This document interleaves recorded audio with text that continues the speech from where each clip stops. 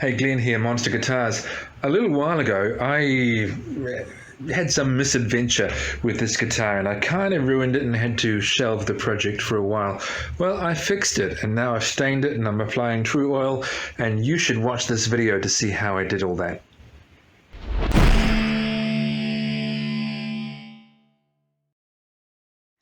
So how did I get into this situation?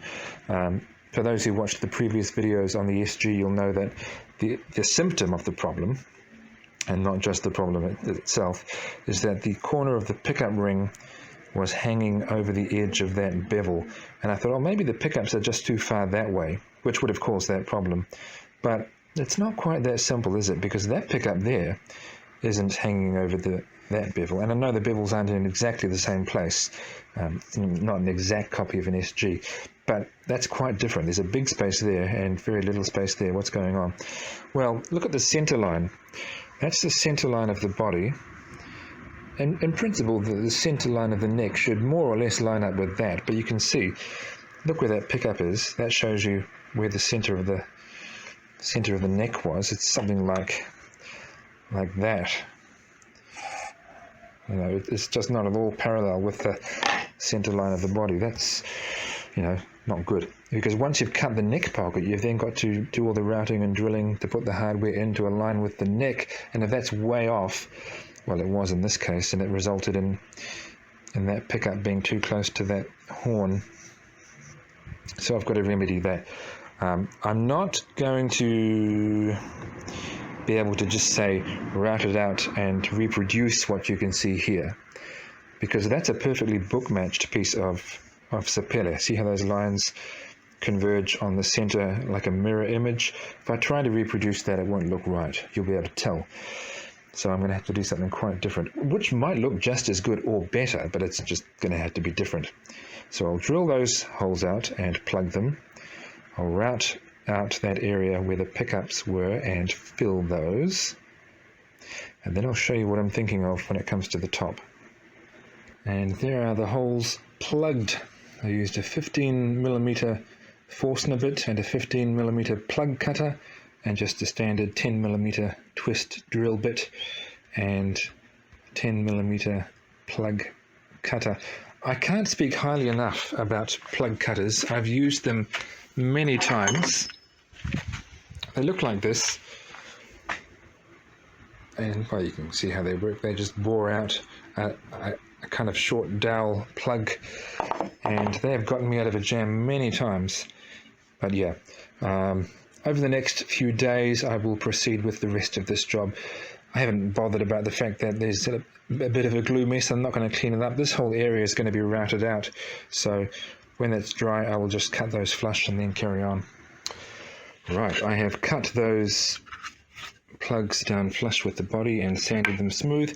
Obviously they're not at all a color or a grain match, and just as obviously that doesn't matter. They won't be visible at all. They'll be beneath the surface. Okay, so I've taken a piece of totara, which is what the body is made from, beneath this top, and traced around it. Now I just need to route that out and then fill it. Well, there's no going back now, is there?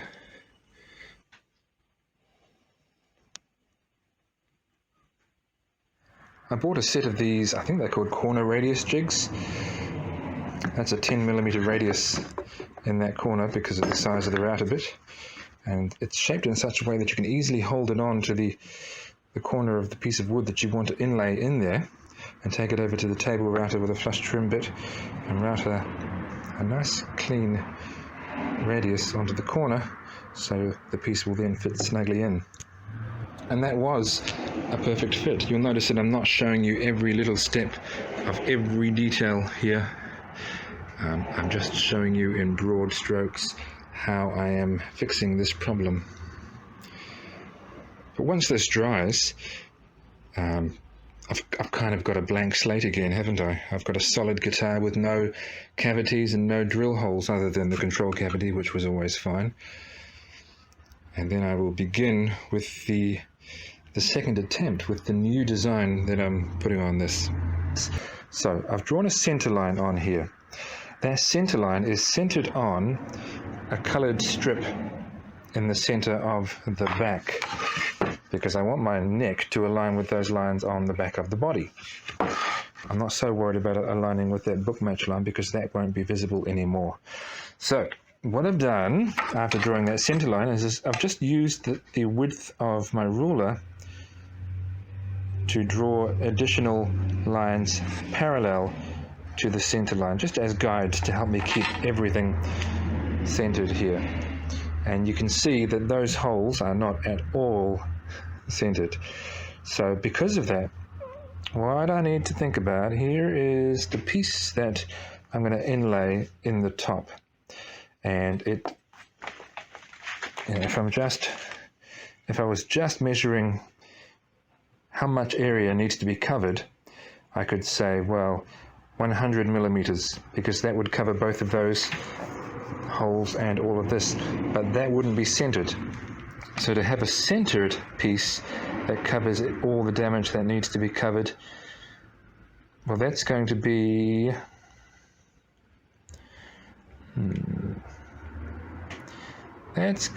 about 100 and, to be safe, 120 millimeters with the 60 on the center line there, and that will definitely cover everything. So it's going to have quite a different look on the top when I'm done. Now I just need to decide on the material. I have some ideas. Okay, let me think. This old piece of rimu, well, all my wood's old. This piece of rimu is one that I just put aside at some point, probably years ago, thinking I might use that one day. And that day has come. Some might regard that as scrap. It's not in great shape at the moment, but I know rimu, and I can see through the dirty surface, and I know that will finish up nicely. I'm going to edge this inlay on either side with thin strips of tawa. I almost thought that was ash. I do have some ash, but no, it's tawa, which can sometimes look like ash. I just know that I had some piles of tawa with spalting in it, and there it is. There we go, that's really nice. Once I planed the surface back there, I exposed a hole from an old screw that was in the back there. But I'm pretty sure I can position that defect over a pickup so it will be drilled away, I reckon. The next step is underway. I have clamped, well, that one's already dry. I'm clamping on that one now, that piece of tawa. I'm using that piece of wood as a caul. Watch this space. Are you getting excited? Or are you just anticipating disaster? When I build guitars, I'm usually doing a bit of both. Anyway, out of my mind and back to the video. That looks alright, doesn't it? So I will tidy this up just a little bit more. I will put it through my planer, make it slightly thinner. I'll check the measurements against the thickness of this top and make it about the same. And then I will cautiously route out a channel in the top for this new piece. Right, so I've got some pieces set up to ride the router on, and I've made the gap really tight, so this will barely, I won't try and do it now with one hand, that will barely go in. The last thing I want to do is make it too loose. A little bit too tight is okay. I can adjust things that way. Okay, I think I'm ready to route.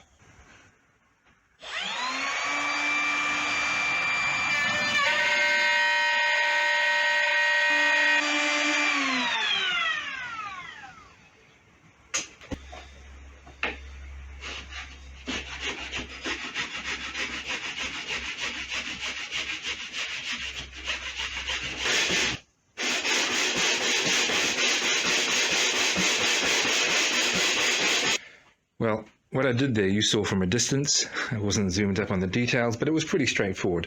Using those two wooden guides, I rode the router on them and routed out a shallow channel in the middle, roughly the same depth as the existing top.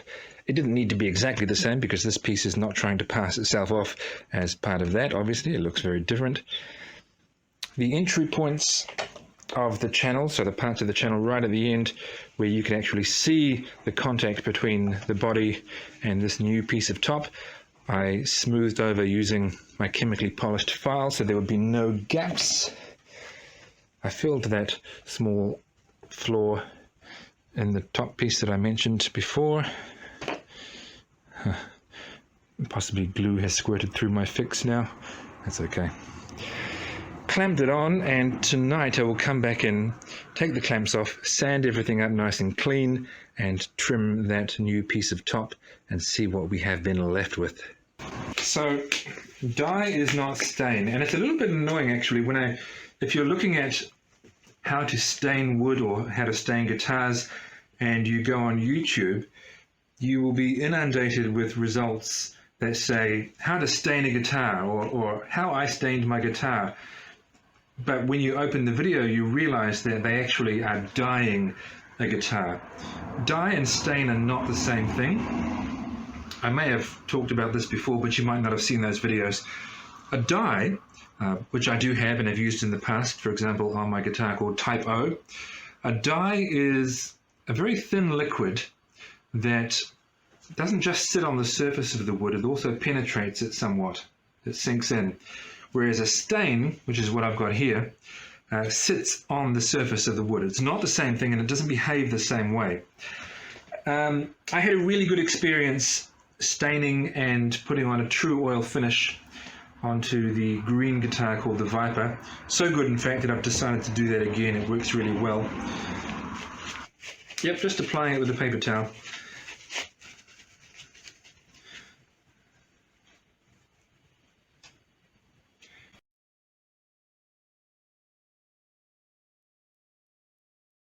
It looks more or less like I would have expected, which is good. The trouble with paper towels is that they do disintegrate fairly quickly, which is why I've prepared a few of them here.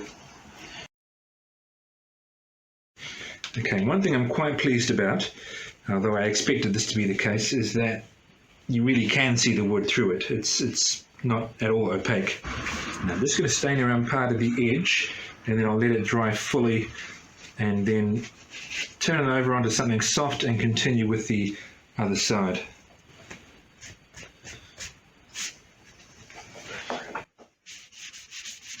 So you'll be able to see right away, it's not the bright red of many Gibson SGs. It was never going to be. But I'm never really sure if you can see what I can see. But that looks quite good from my end. So it's sort of an orangey, browny, darker red rather than a really bright, vibrant red. I think it's quite a vintage look, which I like. But yeah, soon we'll do the other side. Now that the stain is dry, I've been taking to it, in some places anyway, with this 000 steel wool, which is becoming unusable because it's getting stain on it. But in particular, I really want to make sure that the different woods and the stripes on this center part are visible. So I'm giving it a rub down. I'm not being too aggressive, but enough to remove some of the stain. And I think that's actually enough now. I think that looks good. Okay, I'll leave it a little bit longer to make sure it's fully dry, and then I will start applying some Tru-oil. I'm going to apply the Tru-oil finish now.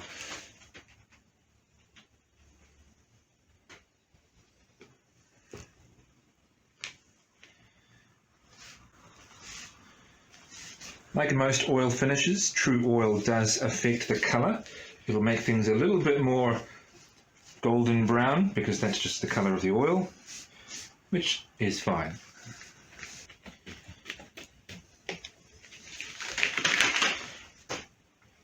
And that looks about as I would have hoped for the first coat. Not flawless, in that there are parts of the wood that are thirstier than others, but it is covering everything. There's nothing that's been sucked away totally. But I will continue to build this up. How many coats should I apply? I'll probably end up going for, I don't know, between 6 and 8 coats. It doesn't need to be super thick. I might go for more, we'll see. But for now, I like what I'm seeing.